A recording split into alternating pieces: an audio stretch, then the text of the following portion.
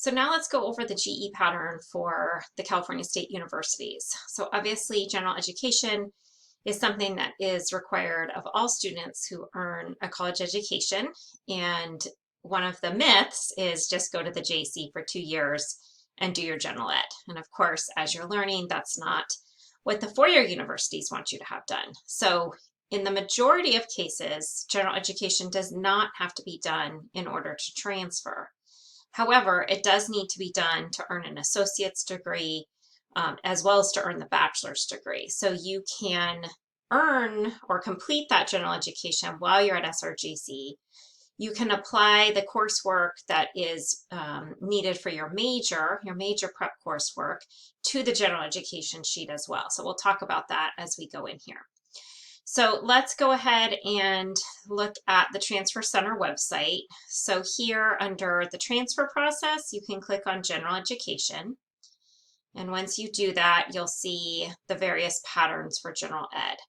So we'll go ahead and go right into this one here. Let me make this a little bit bigger and move myself out of the way a little bit. Okay, so the general education sheet gets updated every year, and even once it's updated, it can still go through another update. Just depends on when things get approved and then go on the sheet. But typically it's updated every summer for the following academic year. So let's go ahead and go through this. Area A is not only for general education, but is actually a admissions requirement to the CSUs. So you have to have a communications class, Comms 1 or 60. If you've been here for a while, that used to be Speech 1A and 60. Same class, you don't have to take it again. It just went through a discipline change and is now called communications.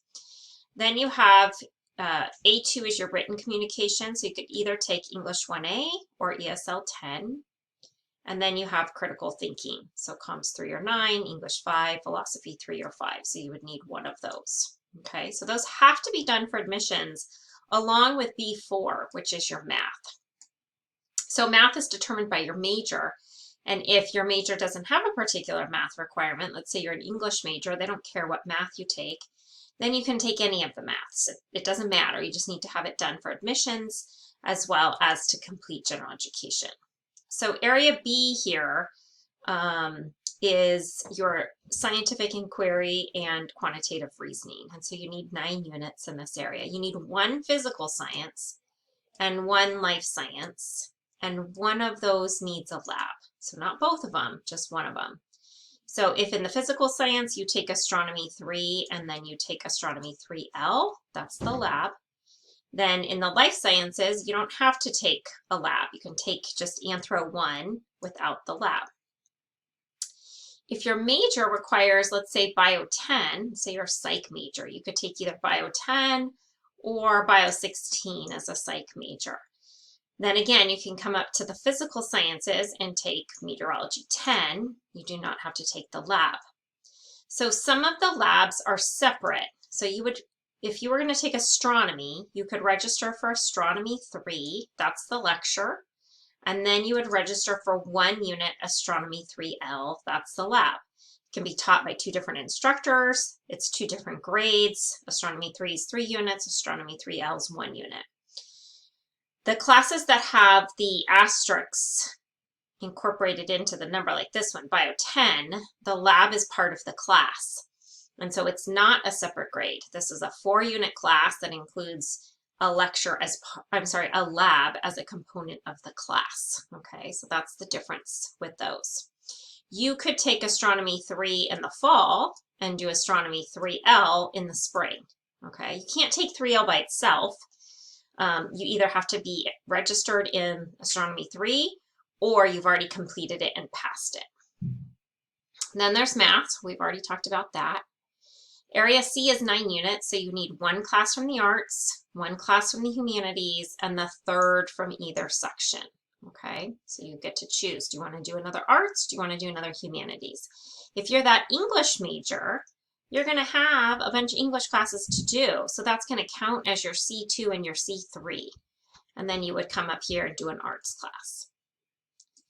Area D is 6 units. Now this is a change as of fall of 2022. This used to be 9 units. So I'll explain that in just a second. So area D is 6 units. You're going to choose 2 classes from at least 2 different disciplines. So what that means is you're not going to take your 2 classes in history. You can take 1 history and 1 psych, but you're not going to do 2 of 1 discipline.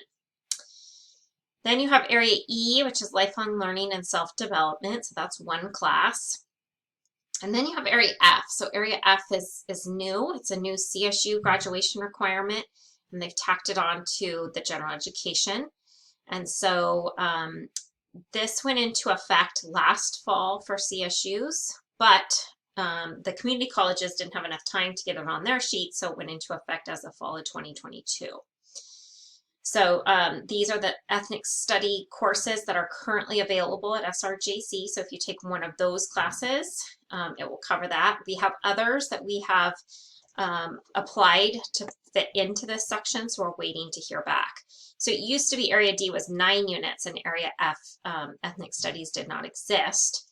So they took 3 units out of area D, put it into ethnic studies. So it's still the same number of units for the entire GE sheet. They've just split that up a little bit. Then this down here is, in order to graduate from a CSU, you have to have 1 US history and 1 US government.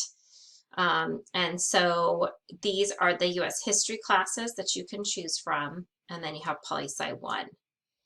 These classes are up in area D. Okay, so here's the history classes, and here's Poli-Sci, and those can double count.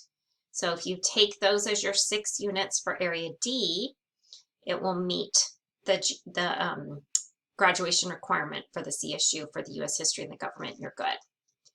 The second page includes notes for different CSU campuses. So you can see just the different information that they may have for their campus. So for example, Sac State has a foreign language proficiency requirement. It doesn't, it's not required for every single major. So there's some majors where you don't have to do it. So you definitely want to research that. But you can just kind of see the different information that they have available. Okay. So again, general education doesn't have to be done in order to be admitted to the CSUs. There are some campuses like Cal Poly San Luis that prefer it, but you can definitely get in without it. But for a lot of students, it makes sense to do it with us. You're going to save time and money by having it done with us. But there's going to be some majors like a high unit engineering major or bio major, or maybe you've changed your major a couple times where you don't have time to do all the general ed. So you can complete general education once you transfer. All right, so I hope that helps you gain an understanding of the CSU GE pattern, but if you have any questions, let me know.